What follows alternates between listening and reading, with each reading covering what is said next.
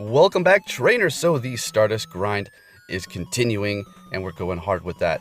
So if you see some more gym battle videos, just know that's because I am grinding hard, and the commentary videos take just a little bit longer, okay? So bear with me while I try to make it to 9 million Stardust during this event in Alaska. But first, let's go ahead and take a look at me losing a shiny Shuppet. Did you see that? Yeah, it was shiny. I don't know why I clicked on it, but I did, and it is not there. And that's a good indication to tell you it ran away, is when you click on it, if you have your Go Plus and you give it a berry and it says error, that means it ran away. And there you go, 239 Shuppet ran away. No, you kidding me? All right, let's go ahead and discuss a few other things. Okay, so the grind has been good to me, been steady going, and just hitting downtown, hitting all those Pokestops and the cluster spawns.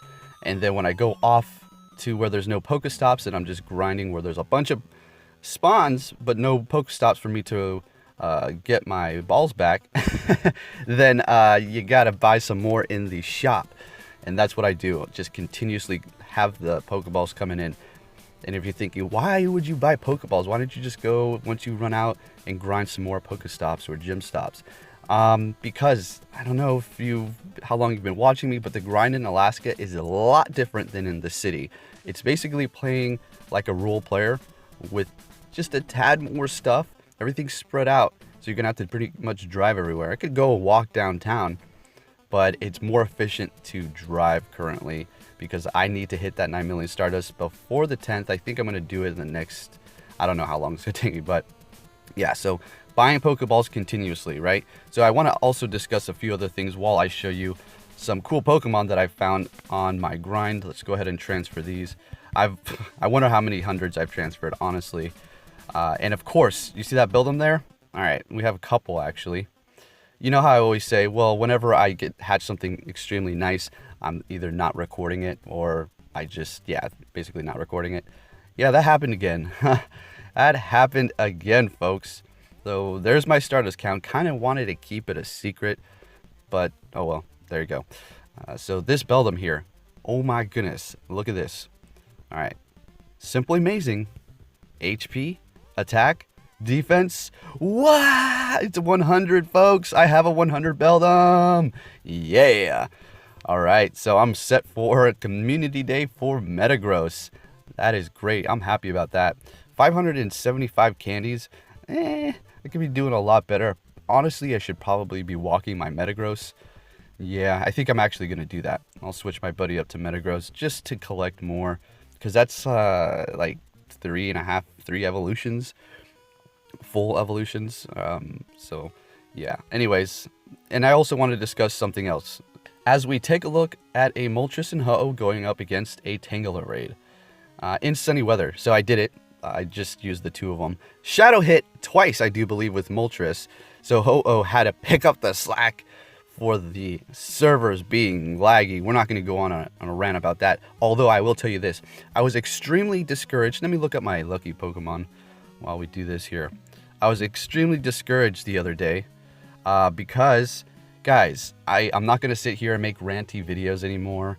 I know how that kills the mood, and people don't like hearing that. At the same time, people like you to talk about the issues at hand, so it's widely spread and people understand, and it's not just swept under the rug, because I know a lot of other channels don't talk about the bugs simply because they just don't want the flack, or they're just not hardcore enough to understand these bugs. All right, so what's going on is going up against a Pillow-Swine, right? I've been trying to do this challenge, one Kyogre, right? I would have done it my first time, guys. I don't know what's up with the Pillow-Swine raids, but they shadow hit you after shadow hit after shadow hit. I deleted the videos because I'm so discouraged. I just delete them. I'm like, you know what? I don't even want to look at this. I don't want this even in my files. Just get rid of it. So that's really frustrating. Would have had that done a long time ago.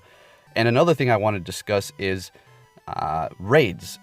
The less people you have in raids, don't you think you should be able to, I don't know, get more items? As opposed to, say, you go into a legendary raid with 20 people. You should just get, you know, a very watered down amount of items. I know a lot of people are going to think, why? As opposed to going in with 4, 5, or 6, the items are going to dramatically increase the less players you have. Just a thought. So let's go ahead and check out that Tangela raid with Moltres and Ho-Oh. Alright, so let's hop into this. And if you're wondering how much Stardust I've collected since this event started, that's going to be 917,808 Stardust. Alright, and that's including the trade that I did that cost 80,000. I put that back on, so that's the number there, almost a million.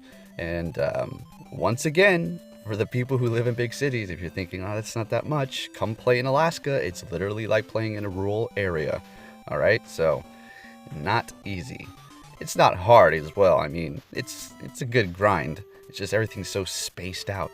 If I lived in a huge city, that number that you see right there would probably be 2 million or more already. Easy.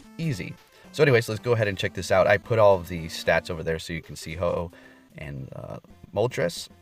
So they are above 90 on each. Actually, the Ho-Oh I think is like 80 something, but it's still really good.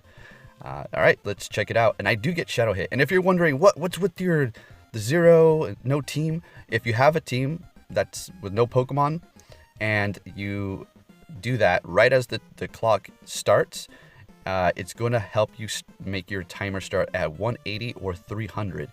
Make sure you go in after the pink words say no team available. Otherwise, you're going to get errored out of the gym and you're going to have to wait in the lobby all over again. Now, the whole point of doing that is to make the clock start exactly when it's supposed to.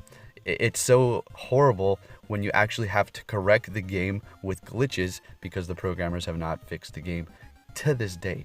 And if you're thinking, well, it could be your service provider. Well, no. We've talked with other trainers, not even locally, around the world, and this is a global issue. Anyways, so we're doing quite well here. I knew this was going to be a one and done, especially if it had Solar Beam. If it had Sludge Bomb, it would have been a one and done as well. Would have had to do a few more dodges, but I could have probably get Shadow Hit a couple times. As you've seen, I was Shadow Hit twice with Moltres. Maybe that was just bad dodging at the end. Once I seen that Shadow Hit, it kind of threw me off. I was like, oh, great. I thought I was going to start over for a second, so maybe I didn't dodge the other one completely. But anyways, Ho-Oh's going to come in here and just tear it up anyways, because Ho-Oh is a beast. If it had a quick fire move, oh my gosh, game over. Game over. Fire spin. No. Ember. How about Ember? I don't think it'll learn fire spin. Ember is what it needs. And if it did have that, boy, oh boy, it's going to be a monster. Or even Sacred Fire, folks. When are we going to see these? And that's another thing. I know I may sound like a broken record, but I have to continuously remind people for the new watchers and just to keep it fresh in your mind for you if you're itching to spend some of that Stardust. Because you're getting it in right now, and you're looking at your Pokemon like, which Pokemon should I power up right now? But you just may want to hold off on some of them. For instance, the Pokemon that come out of 10k eggs, Beldum, Ralts, Slackoth, Porygon. I think that's going to get a community day. But things like that you are thinking about powering up, I mean, as far as the Porygon goes, you can do that. But otherwise, legendaries as well, you just... hold off, because what if you evolve your, 100 Beldum into Metagross, and then, yay, a couple months later it gets a community day, and there goes your 100, right down the drain. Or if you finally accumulate enough rare candies, or even candies for some sort of legendary, and enough Stardust, you power up several of them, you're like, yes, that is awesome. I just finished powering up 4 Groudons, I can't believe it. And then it comes out with its signature move, in whenever time frame that happens, and it's going to be 1 charged bar move for, instead of 100 like for Earthquake, it's going to be like, I don't know, like 120, just a little bit more, making the Groudons you just powered up lesser than the newer ones, and you're not going to be able to TM them, as far as we've seen, okay, because they released that special Hurricane move for Articuno in Japan. They're releasing Moltres with Sky Attack, Zapdos on Zapdos Day with Thunder Shock, and obviously the Community Day Pokemon. So keep that in mind. And also, what's with the rewards, guys? I feel like every time I do a small man group on a legendary, I get horrible IV Pokemon. Literally every time for the Mewtwo. You've seen it with that one.